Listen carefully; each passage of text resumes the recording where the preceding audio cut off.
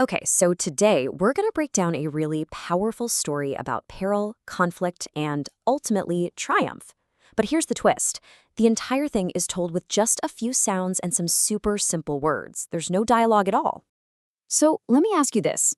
Can you really tell a complete story? A beginning, a middle, and an end, with just a handful of words that don't even seem connected? It might look impossible, right? But I promise you, hidden in all that chaos is a surprisingly complete tale. Take a look at this. This, right here. I mean, it just looks like a jumble of words, doesn't it? Down, down, heat, mama. But believe it or not, this is the entire script. It's the blueprint for a story about a lost child, an unexpected conflict, and a partnership that saves the day. So in this explainer, we're going to decode it together, piece by piece, and see just how the art of sound-driven storytelling really works. All right, so every good story has to start somewhere. Let's dive in and see how this one uses its very first words to create a sense of immediate danger without using a single descriptive sentence. It all starts with this: down, down, down. Now, that simple repetition, it's not just a word, it's a feeling.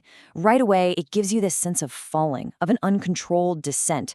We have no idea where we're going, but we know it's down, into some unknown, maybe even dangerous place. It creates instant suspense.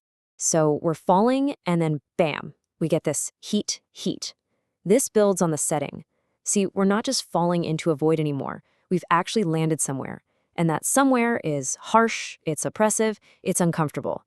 So in just 5 words, we already know we're trapped somewhere low and hot. And this right here is a perfect example of a really cool concept: auditory setting. The storyteller isn't telling us about the environment with a bunch of adjectives. No, instead, they're making us feel it through sounds that get a physical reaction out of us. It's an incredibly efficient way to build a world. Okay, so the scene is set. We're in a harsh, low place. Now, what does every great story need? Well, it needs a character and a conflict.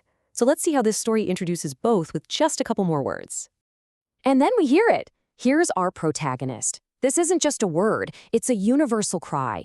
Mama, mama. Why does that hit so hard? Because it taps right into one of our most primal emotions, the need for a parent, for safety, for home. Just like that, we have a character who is small, lost, and vulnerable. We instantly get their motivation, and the emotional stakes are crystal clear. And here we go, the story's first major conflict. That vulnerable plea, mama, mama, is met with this harsh, territorial rejection: get out of our home. This isn't a conversation, it's a full-on confrontation. Any hope for a quick rescue is just shut down, which creates a ton of tension and introduces our antagonist. So we've got our hero, we've got our conflict, and now the story's got to move towards a resolution.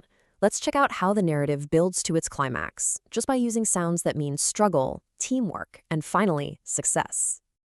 So check this out. The whole resolution plays out in 4 really clear stages. First, some kind of obstacle appears, represented by just a beep, a problem that needs solving. Next, you hear the effort, the encouragement of, come on, which totally implies that someone new has joined our hero. That's our first hint of teamwork. And that teamwork leads to a breakthrough, right? Declared with, woohoo, we did it, a clear sign of shared success. And finally, pure celebration, hooray. It's a perfect little action story told completely through sound. And these sounds, this is the emotional payoff. Woohoo, we did it, hooray. These aren't tied to any one culture. They are totally universal exclamations of joy and success. For anyone who's been following this little character's journey, these sounds provide a really satisfying conclusion. The problem is solved, we did it. So what's the big takeaway here? The reason this whole surprisingly touching story works is because it uses a few powerful, almost primal techniques that just bypass complex language and speak directly to our emotions. It's really storytelling in its purest form.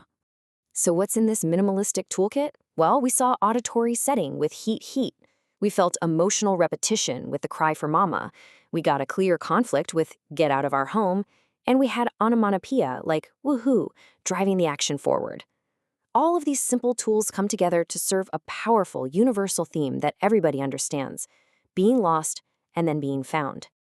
It really makes you think, doesn't it? We usually associate storytelling with all this complex language and dialogue, but sometimes the most powerful stories are the ones that are felt more than they're told. So I'll leave you with this question. What's the most powerful story you've ever understood without a single sentence being spoken?